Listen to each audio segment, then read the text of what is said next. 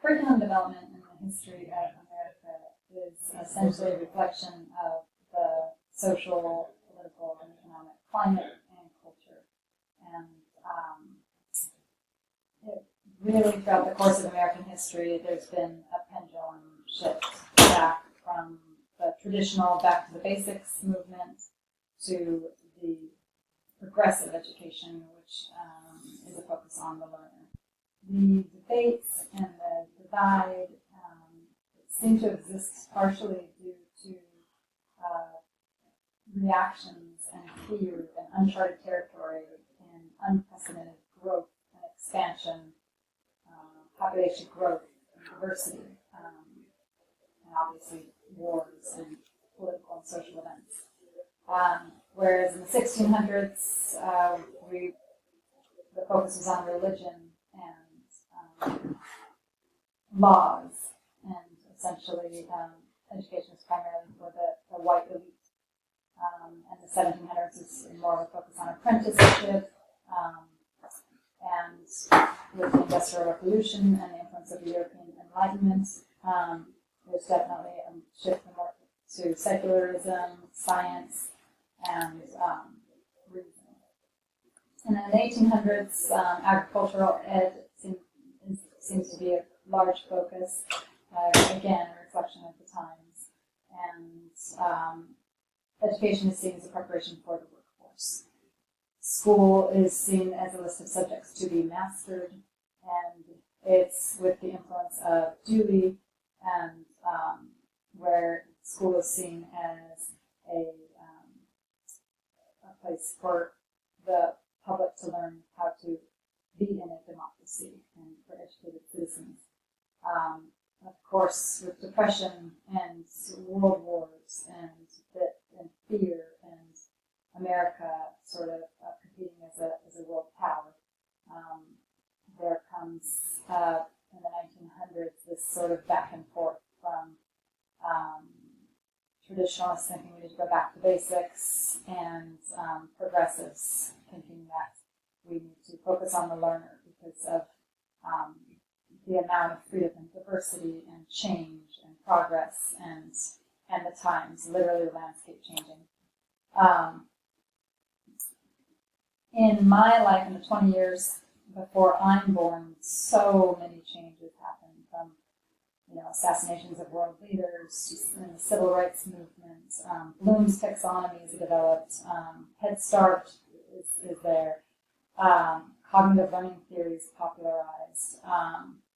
One interesting influence, I think, that was massive in my schooling and in my life was the report on gifted and talented education that came out before I was born. And of course, the Apple in the year I was 1977, where Apple has its first personal computer. But I was born into a time where I would be given far more choice and more voice and more opportunities than those that lived before me with my same. I grew up low income, very low income. However, as identified as a gifted and talented student, I was given quite a few unique opportunities that sort of shaped the course of my schooling, and where I was validated and honored and valued and labeled as unique, and given unique opportunities to reflect and to critically think and to analyze literature, and essentially told I was something special. So I really think those developments, and of course along with the civil rights movement, led to the thinker that I am today, and how I definitely have a progressive mindset and a constructivist mindset.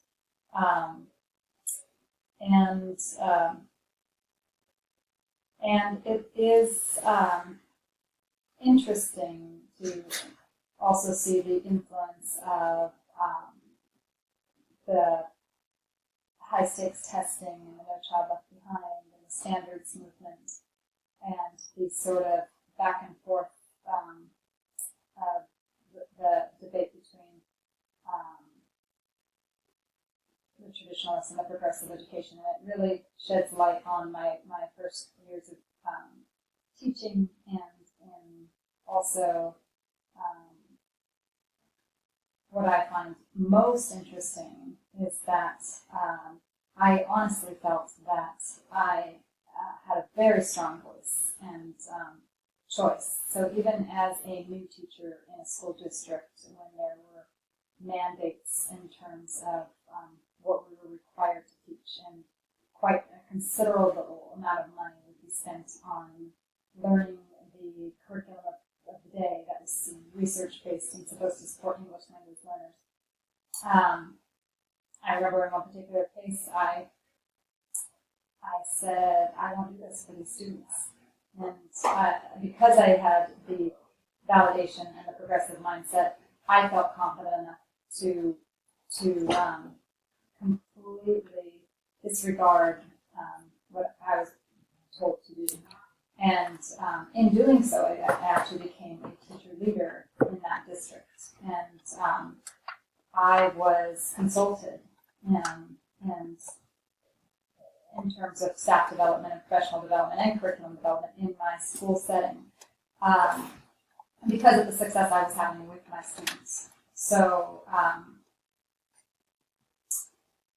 what I find interesting is that although in my heart is the progressive movement and constructivism and focus on the learner, when I think back to working as a consultant for my school district, where there was a push for standards-based instruction, and definitely we had to worry about funding for our schools and test scores and such. When we looked to what was going on in the classroom to determine what we would do about it, we knew that connection with the students was at the heart of the problem. And in developing a school-wide curriculum in both social studies and language arts and training the teachers, our test scores improved quite drastically. But it was from this movement within, and it was now reading about how curriculum sort of develops and how teacher leaders or doing sort of qualitative research inside your school setting or in the culture of your school is far more valuable and transformative than sometimes outside sources can be. It really sheds light on how we were trained in sort of a curriculum that really did fit the needs of our teachers or our students, and certainly was going to impact in the way that it was presented. I find it very interesting to note that, of course, it's pretty clear that our Constitution doesn't really discuss knowledge or curriculum unless it's essentially something that has in large part been the role of the states to provide. However, because of in part fear and a nation falling behind for a number of different reasons, the federal government gets involved, and then you have years, it seems like, of drastic shifts in the focus of education. And as far as who and what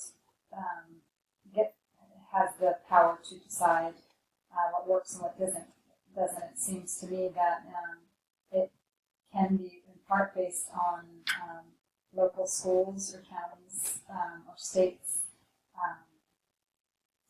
And even in the cases where high-stakes testing is forcing schools to make certain choices and changes, that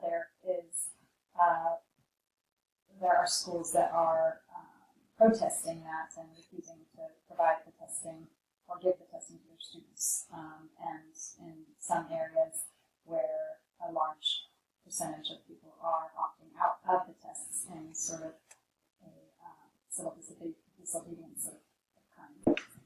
for me, it doesn't really seem like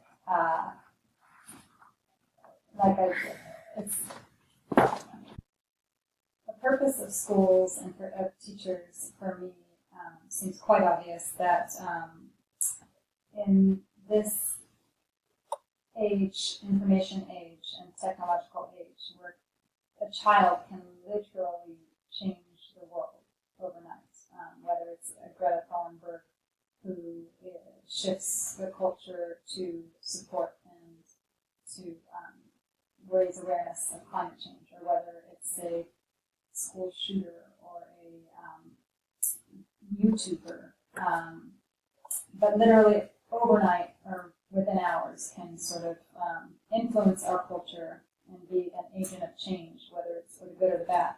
That it seems like a no-brainer that schools have to take the responsibility to educate children to be positive agents of change and contributors to the society, as well as educate students to be digital citizens and global citizens, and open and diverse and critical thinkers and positive contributors to this democracy. We have to raise the leaders of tomorrow. We have to support the leaders of tomorrow and the leaders of today. And in doing so, we have to create and support students as valid voices and provide them with the skills and knowledge that they need to continue to make